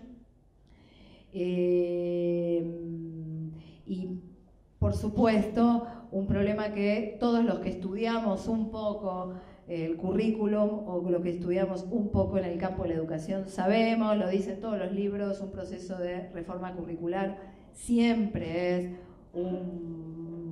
una escena, una arena de lucha política, de disputa, y nunca el resultado es el que técnicamente alguien definió que tenía que ser. El resultado siempre es el punto en el que se logren dirimir unas relaciones de poder.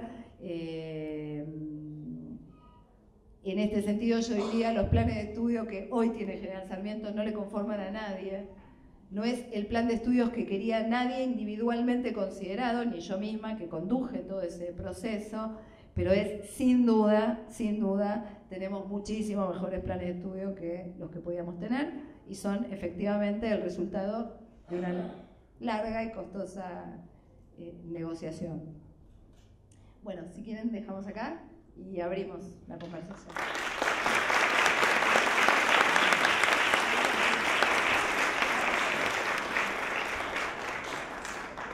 Bueno, para grabar, porque hubo muchos compañeros, alumnos y docentes que no pudieron venir, están teniendo clases parciales y de otras carreras a distancia, que nos pidieron justamente la posibilidad de difundir la conferencia de Gabriela a través de las redes sociales. Se está grabando, así que a aquellos que quieran preguntar, les acercamos el micrófono para que quede registrado.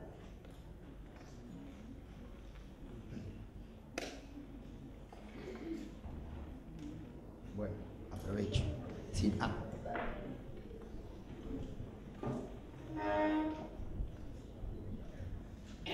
Sí, la pregunta que a mí me surgió a partir de escucharte es, bueno, justamente tal como dijeron todos los antecesores, nosotros estamos encarando esta cuestión de la reforma, pero la pregunta que a mí me queda como picando es cómo resuelven o cómo resolvieron o qué instrumentos idearon, un poco como para achicar o disminuir esa tensión entre las demandas, las necesidades y las posibilidades reales de inserción de los futuros profesionales. ¿Está? Sí, no sé si achicamos mucho esa brecha, pero sí, en principio, primero había una decisión y era que las carreras que teníamos las íbamos a sostener, en todo caso íbamos a revisar sus perfiles e incluso sus titulaciones. Todos los profesorados cambiaron sus títulos, Ecología Urbana dejó de ser Ecología Urbana y ahora se llama Ecología. Ahí trabajamos con dos tipos de estudio, cuantitativo uno y muy extenso, y cualitativo el otro, de lo que llamamos demanda potencial de los estudiantes de la zona.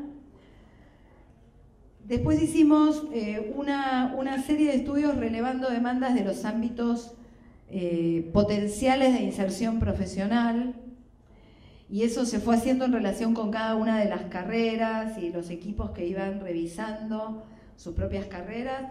Ahí es muy útil, a nosotros nos fue útil trabajar con los graduados de esas carreras, con sus experiencias de inserción profesional. Y trabajamos también sistematizando todo lo que ya se había definido en términos de las políticas públicas sobre prioridades de desarrollo productivo y tecnológico a nivel nacional, a nivel regional, a nivel provincial, y las prioridades de desarrollo científico-tecnológico. En todo ese mix es que, además de revisar los planes de estudio, generamos una especie de documento estratégico que aprobó el Consejo Superior que dice: estas serían las áreas en las que tendría sentido que esta universidad siga desarrollando oferta de formación, y en algunos casos algunos planes de desarrollo de las áreas, porque solemos empezar por una carrera y después vemos cómo seguimos. Entonces, por ejemplo, ahí se estableció en una zona que es una zona con mucha concentración de industria química, química farmacéutica o química alimentaria, el noroeste del conurbano. Nosotros teníamos un equipo de química, de investigación muy fuerte, muy importante, porque la química era formación básica de la mención en ciencias exactas, pero no había ninguna titulación vinculada con química. Entonces se decidió abrir una carrera de pregrado, una tecnicatura en química, que es muy exitosa hoy, ya se aprobó la creación de una ingeniería química con la que liga, ¿sí? Y la idea es que en todo caso, sobre esas titulaciones que son bastante polivalentes, después puedas especializar en el nivel de posgrado, por ejemplo en farmacéutica o en alimentaria o en lo que sea. Ahí es muy útil pensar con lo que uno tiene, con lo que claramente en la zona aparecen como espacios de inserción ocupacional y de inserción profesional, pensar un plan de desarrollo de tu propuesta de formación. No es fácil, es mucho más fácil cuando no hay nada, no cuando uno empieza de cero, que cuando tiene que tratar de articular lo que ya hay. ¿Otras preguntas? ¿Comentarios a la gente de los profesorados? Sí. Me preguntaba, ustedes trabajaron muy bien la articulación o el mundo del trabajo, de las demandas del mundo del trabajo. No, hablo en voz alta. Mi pregunta era,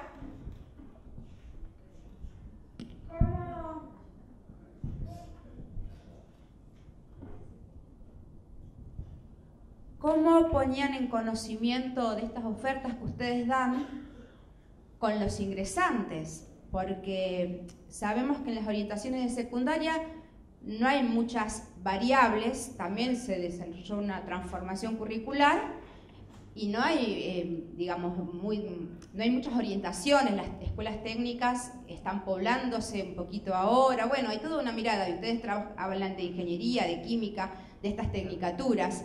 Entonces, la universidad se está replanteando cómo comunicarse con la secundaria para también crear la motivación y el deseo.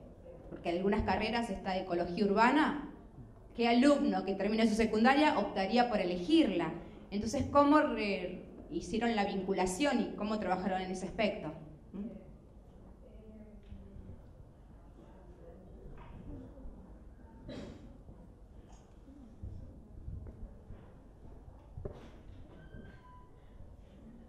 La verdad es que ahí no innovamos mucho, que digamos. La universidad venía haciendo, como me imagino en esta universidad lo hacen también, todo tipo de trabajo con el sistema educativo de la zona. En los últimos años ha incluso vinculado las becas Bicentenario, que son las becas que promueven los estudios en las áreas exactas o de tecnologías. Hay un apoyo para el trabajo de orientación a estudiantes secundarios en estas áreas y también lo hacemos. Yo creo que ahí todavía hay muchas cosas para pensar en un estudio cualitativo que hicimos sobre cómo los estudiantes eligen lo que eligen cuando deciden sus estudios superiores, si elegían un instituto o esta universidad u otra, o por qué, o qué carreras. Un estudio muy interesante. Aparecía ahí con bastante claridad que ya no es tanto lo que pasa en la escuela, la información que reciben ahí, la información básica que usan, sino cada vez más, como es esperable, la navegación por web. Nosotros teníamos en mi universidad, me da un poco de vergüenza decirlo, pero una página web que era horrible, que no hacía nada, no se movía nada, no daba una información totalmente estática y feísima. Se trabajó bastante en eso. Yo creo que falta mucho trabajo ahí en algo que, lo voy a decir acá aunque lo estén grabando, pero no me sale otra palabra, pero hay que marketinear un poco mejor las universidades nuestras. Algunas universidades privadas tienen estudiantes en carreras que son realmente horribles solo porque saben hacerle un buen marketing. Nosotros tenemos que aprender a difundir mejor las carreras que tenemos, especialmente cuando son carreras muy nuevas, que nos siguen pareciendo muy estratégicas, pero que hay que explicarle a un pibe la diferencia entre economía política y economía industrial y administración pública y la de empresas y la qué sé yo. Nosotros estamos pensando algunas cosas, pero para mí todos los cañones van a tener que estar puestos en los medios de comunicación digitales y electrónicos y las redes. Cada vez más los jóvenes entran por ahí, eligen lo que eligen mirando esas vías, ¿no? También pensando en el campo profesional, esta misma estrategia es la desinformación en total en la gente que busca gente para trabajar. Total. Hasta en grandes empresas, no sé, en pymes ni hablar. Además ahí se juega una cuestión de costos, que ¿no? Elijo un profesional pero no le puedo pagar, que las cargas sociales no nada que ver. Pero las empresas grandes muchas veces tampoco se conocen. Entonces me parece que ahí hay un espacio muy interesante para trabajar entre la institución universitaria y qué pasa con el mundo del trabajo. No solo ir a buscar la demanda, sino ver cómo se articula esto entre la demanda y la necesidad y ofrecer. ¿Qué ofrece la universidad? Tal cual. Ese es un asunto muy importante el que señalas vos, especialmente en carreras que de tan innovadoras están creando un perfil ocupacional. Pero también, del otro lado, fortalecer ese vínculo ayudaría a graduados, y para mí ese es un problema que es un problema de formación que deberíamos, por lo menos en mi universidad, atajar mejor, que es el salto entre la graduación y el mundo del trabajo, que no es un salto que se resuelve con un taller de cómo hacer un currículum y cómo ir a una entrevista. Es realmente un salto que tiene que ver con capital social, con cierto tipo de puentes, que nosotros hacemos poco, por lo menos en mi universidad hacemos poco. Hacemos un trabajo bastante intenso de pasantías para estudiantes, que siempre abren un poco el juego a las empresas y a los propios estudiantes, pero creo que es algo en lo que hay que trabajar bastante más.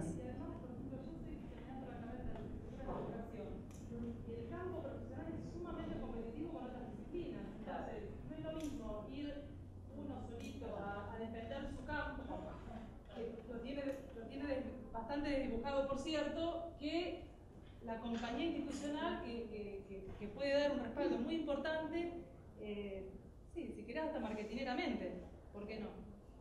No estaría mal. Me parece que ahí hay un espacio incluso dentro de la institución universitaria que no sé si existe, a lo mejor existe y no lo conozco, pero sería muy interesante desarrollarlo. Porque incluso con los mismos graduados, ¿no? A partir de los graduados, pienso, ¿qué información tienen las universidades respecto a qué están haciendo los graduados en las distintas carreras? ¿Hay realmente información sobre ellos?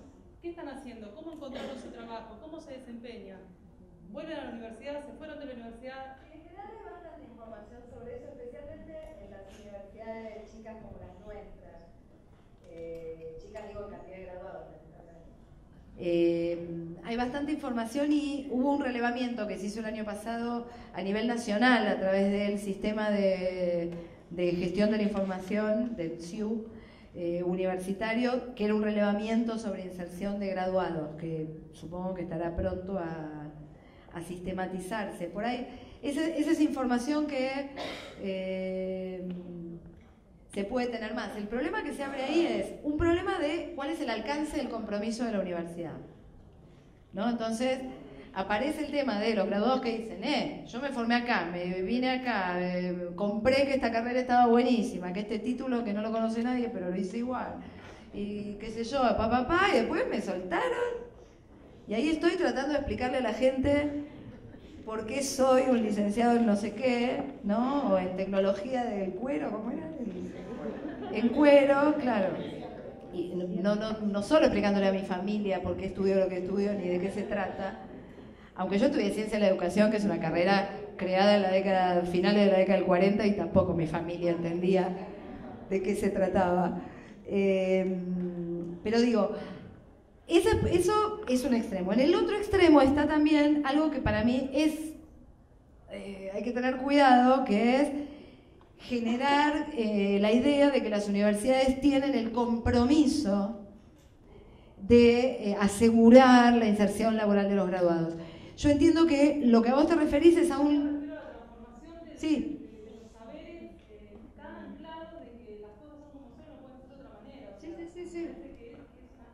No, está claro, porque además ahí hay un diálogo en general con distintos tipos de organizaciones, no solo con empresas, con las agencias estatales, con organizaciones comunitarias.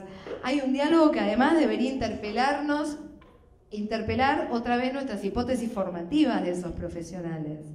No solo ayudar a insertarlos, sino volver bajo la forma de validación o contradicción de nuestras propias hipótesis. Yo coincido en que es un trabajo en el que hay que avanzar. Me parece que las universidades que tienen más conciencia de la necesidad de asegurar implantación territorial, y en general lo son las universidades del conurbano, y cuando digo implantación territorial digo de vínculos concretos con el territorio, con las organizaciones del territorio, productivas, comunitarias, etcétera, tienen más posibilidades de hacer eso. Lo que hay también ahí es el otro riesgo, algo que también hay que tener en cuenta en nuestras hipótesis de formación de profesionales, que es, bueno, yo formé gente, ponele, repito, frases, estamos acá, formamos ingenieros que nos costó muchísimo, qué sé yo, todo divino, y se fueron a trabajar a la capital, están trabajando en la provincia, que yo, se fueron a otro lado, no están en el territorio. Entonces, eso para lo que estaba llamada esta universidad, que era formar esos profesionales para que se queden acá, resulta que no lo está cumpliendo. Ahí me parece que también hay que tener cuidado y hay que ser muy sutil. Hay algunas universidades que tienen programas para promover que los estudiantes, sobre todo en el interior del país y en el interior de las provincias, para que los estudiantes no se vayan, y los graduados cuando se gradúen no se vayan del lugar pequeño muchas veces en el que viven. A mí personalmente me parece que hay que pensar un poco ahí. Yo creo que parte del asunto de la formación es que abre el juego, abre las puertas, extranjeriza, te invita a otra cosa, y ahí en todo caso habrá que volver el propio territorio un espacio de realización profesional suficiente o política suficientemente atractivo, ¿no? Ahí sí tenemos una función las universidades. Sí.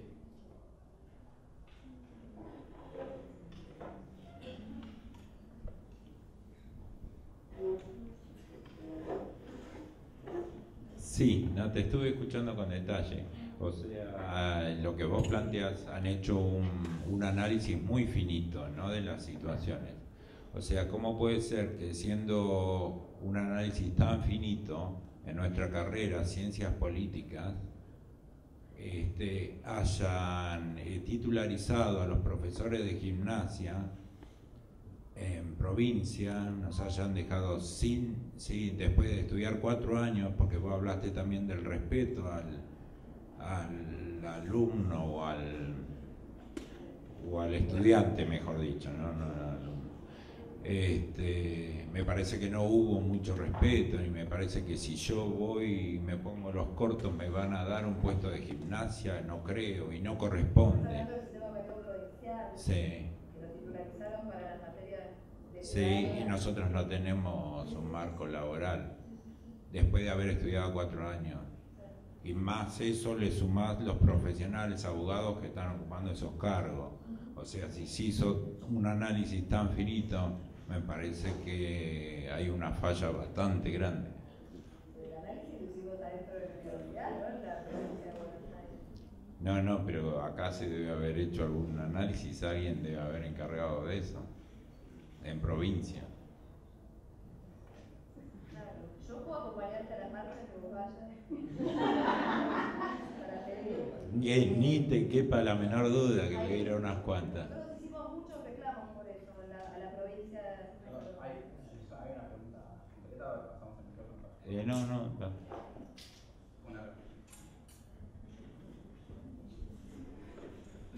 No. Muy cortito. Nosotros hicimos muchos reclamos vinculados con las incumbencias de los títulos de profesorado, especialmente a la Dirección General de Escuelas. Entre otras cosas, los profesores de filosofía tampoco pueden dar, estaban habilitados para dar algunas de las materias de varios de los años vinculadas con ciudadanía, aunque los contenidos eran completamente filosóficos en algunos casos, y hicimos muchas presentaciones y en algunos casos nos dieron la razón y ampliaron las incumbencias a los títulos. O sea, hay que ir a pelearla. Ahora, que si le va bien a la Corporación de los Profesores de Educación Física, sí, claro que les va bien, habría que preguntarles por qué.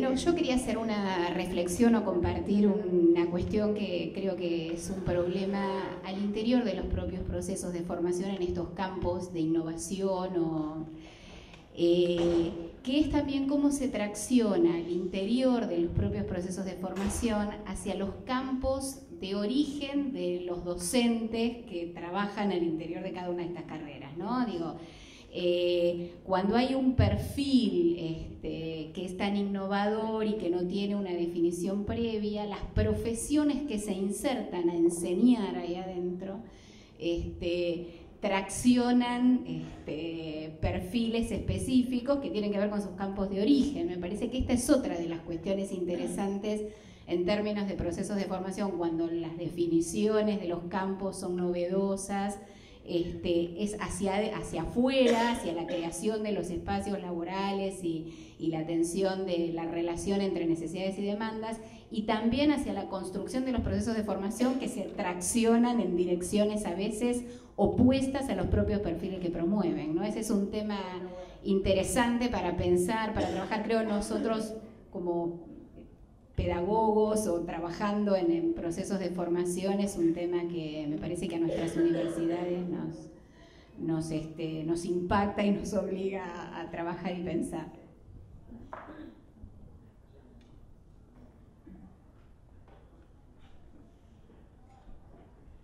Muchas gracias.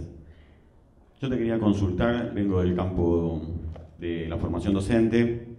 En los últimos años se han puesto en marcha varias modificaciones curriculares, especialmente apuntaladas obviamente por el Infod, lo cual creo que trajo cierta homogeneización en cuanto a las estructuras más fuertes de cómo tienen que estar conformadas las carreras.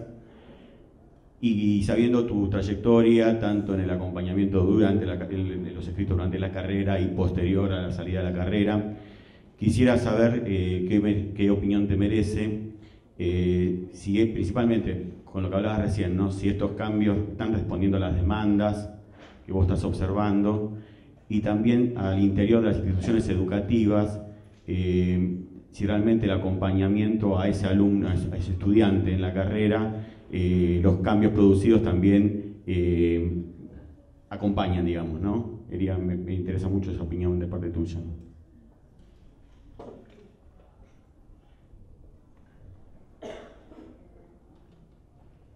Sí, me parece un compromiso. No, es difícil dar una opinión en general. Yo creo, para ir por partes, que el cambio curricular y los lineamientos generales de cambio curricular que se promovieron a nivel nacional a partir de la creación del Infod, más que responder a unas demandas en estos términos de levantar demandas sociales, sí respondían a una puesta en discusión de una hipótesis formativa. Y ahí hubo la intención de poner en discusión una hipótesis sobre la formación de docentes que había regido el cambio curricular de los 90. Por ejemplo, cuando en los lineamientos últimos se dice vamos a tender a formar profesores en materias que espejen campos disciplinares, ¿no? Y la resolución 24 del Consejo Federal dice más o menos eso, no es una prescripción, pero lo recomienda. Lo que está diciendo es, dejemos de inventar artefactos que después no encontramos profesores que sean capaces de juntar todo lo que esperamos que se junte en una materia, formemos más disciplinarmente, en fin. Quiero decir, hay muchos ejemplos que muestran que ahí hubo un trabajo de discutir unas hipótesis formativas y de poner a jugar otras. En el terreno igual de la formación docente, no sé si compartirás conmigo, yo después de tantos años de intentar darle vuelta por un lado para el otro, por un lado para el otro, y de trabajar en la formación de docentes y formando profesores, a veces, debo confesar que a veces me da la sensación que estamos siempre en el mismo lugar, como siempre discutiendo las mismas cosas, con otro nombre, en vez de práctica decimos experiencia, en vez de experiencia decimos no sé qué, pero estamos siempre discutiendo lo mismo.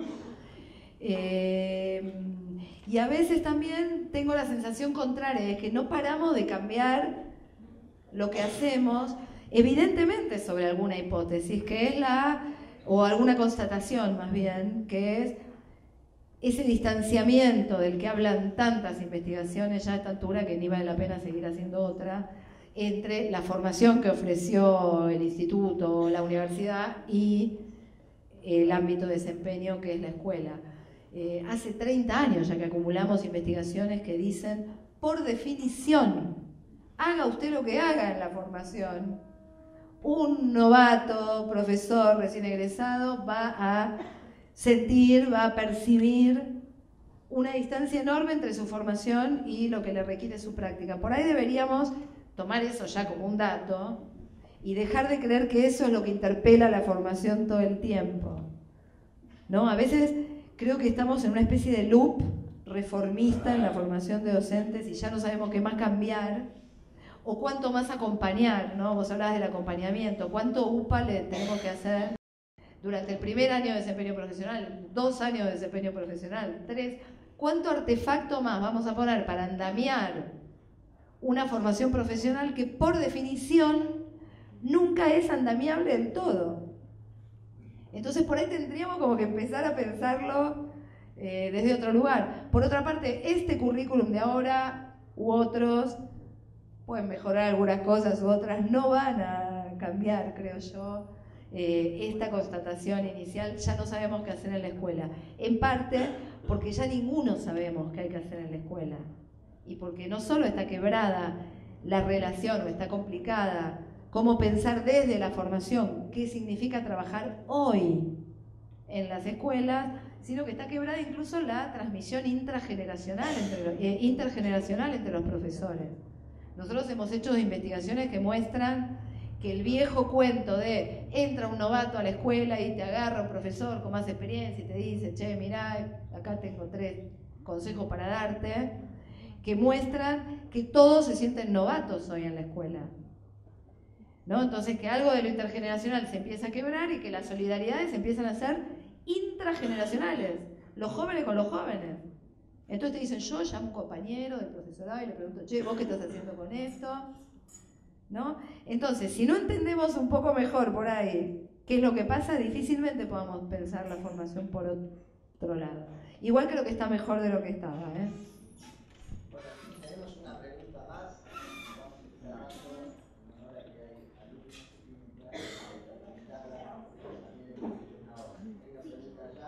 que un poco en relación a lo último que estuviste diciendo. Yo trabajo en un instituto de formación docente y uno de los problemas que nosotros estamos observando hoy por hoy es este que vos recién hiciste mención, esta necesidad de que un docente nuevo se posicione en los colegios donde le toca trabajar. En este proceso de transformación curricular que ustedes iniciaron en la universidad, ¿tuvieron en cuenta estos procesos de acompañamiento al profesional Nobel? Y si lo tuvieron en cuenta, bueno, un poco contar la experiencia, porque para nosotros es realmente un tema, el tema del acompañamiento a los que recién se inician en la formación, ¿no? A propósito justamente de esta cuestión, de que dista mucho la formación inicial después de lo que nosotros observamos que pasa en las aulas, que es producto de, obviamente, de muchas investigaciones y reflexiones.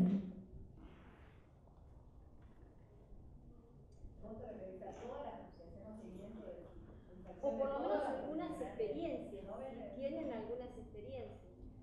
No, en verdad, especialmente en el caso de la formación de profesores, si bien es un tema que estudiamos bastante, tenemos casi ninguna estrategia de acompañamiento a las primeras inserciones profesionales. El tema es que la universidad se ofrece, y es un ámbito al que los graduados vuelven en busca de la continuidad de sus propias carreras académicas o carreras profesionales. Entonces, mientras que el instituto es visualizado como un lugar al que puedo volver o que me puede acompañar en la inserción profesional porque está más próximo a los problemas de la práctica profesional, yo sigo creyendo que es así y que se visualiza así, la universidad puede parecer más distante, pero me ofrece otras salidas. Cruzado con algo que también se empieza a constatar aquí y en el mundo, y es que la expectativa de permanencia en la profesión docente es cada vez más corta, ¿no? La vieja idea de que yo me recibo de maestro, los próximos 30 años trabajo de esto y me jubilo, cada vez se achica más esa expectativa. Entonces, cuando los estudiantes salen de un profesorado y dicen, yo voy a estar haciendo esto, sí, mira el reloj, en un rato más, ¿no? 5, 6 años, ponele. Nosotros hemos hecho estudios sobre esto con nuestros propios graduados y muy pocos, casi ninguno te diría, te dice, no, sí, esta va a ser mi profesión el resto de mi vida. Esto tiene que ver con los jóvenes y su relación con el trabajo hoy y con la docencia en particular. Entonces, la universidad es un lugar más amplio para volver y cambiar de rumbo, ¿no? Entonces, en ese sentido, por ahí vuelven para otra cosa. Una última cosita muy cortita. En primer lugar, agradecerte la presencia y todo este momento de reflexión, tanto a docentes, directivos, estudiantes de la universidad y de otros institutos, en representación del Centro de Estudiantes, muy agradecido. Y también nombrar al grupo de graduados, que acá hay varios graduados en educación, no sé si hay en otras carreras también, que junto con el Centro de Estudiantes fuimos los coorganizadores, junto con la carrera del departamento, de esta charla, y destacar la importancia que fue surgiendo un poco en la charla, de que revisar un currículum es algo, bueno, súper complejo y llevaría un sinfín de encuentros, y creo que lo único que se haría, no hay que ser muy negativo, pero es seguir construyendo, y esto que comentabas la experiencia de la UBA que en el 88 empezó y todavía no terminó, esto de por lo menos caminar, juntarse, construir, y la importancia de construir entre diferentes actores, entre estudiantes, los estudiantes como un sujeto activo, porque, o sea, cuando firmás la última materia ya pasás a ser parte de graduado, pero toda esta reflexión se tiene que hacer previa a esto, cuando uno empieza a cursar materias, en la participación de los distintos espacios, ya sea centros de estudiantes, sean actividades, sean asambleas, sea cualquier actividad, la participación es sumamente importante, el poder dialogar con docentes, el poder dialogar con graduados, que en definitiva estamos todos en rumbo del mismo camino, con diferentes visiones, con diferentes experiencias. Destacar un poco esto, y también a los graduados en educación que están acá presentes. Muchas gracias.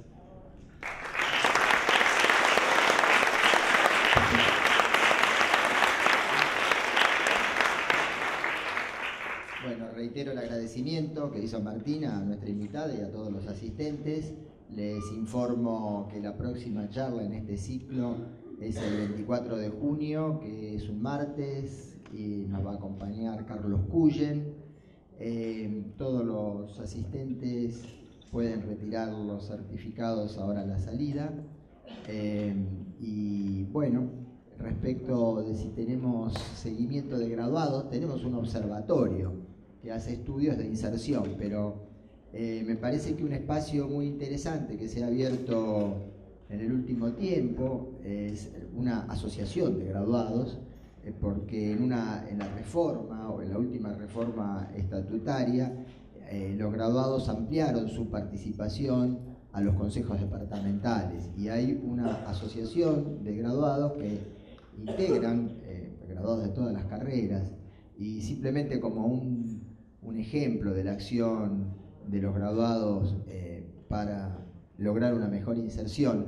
Nosotros no tuvimos carreras tan originales, pero algunas con denominación que se separaba un poco de las tradicionales. Una de ellas, economía empresarial, y no tenía reconocimiento por el Colegio Profesional de la Provincia de Buenos Aires de Ciencias Económicas, y después de años los graduados de esa carrera lograron el reconocimiento. Eso significó un avance muy importante para el reconocimiento de la profesión. Así que hay una tarea que la universidad obviamente tiene una responsabilidad, pero también hay una tarea de los graduados, y más de los graduados organizados, ¿no?, a través de una asociación. Bueno, muchas gracias y nos volvemos a ver. Muchas gracias, Gabriel.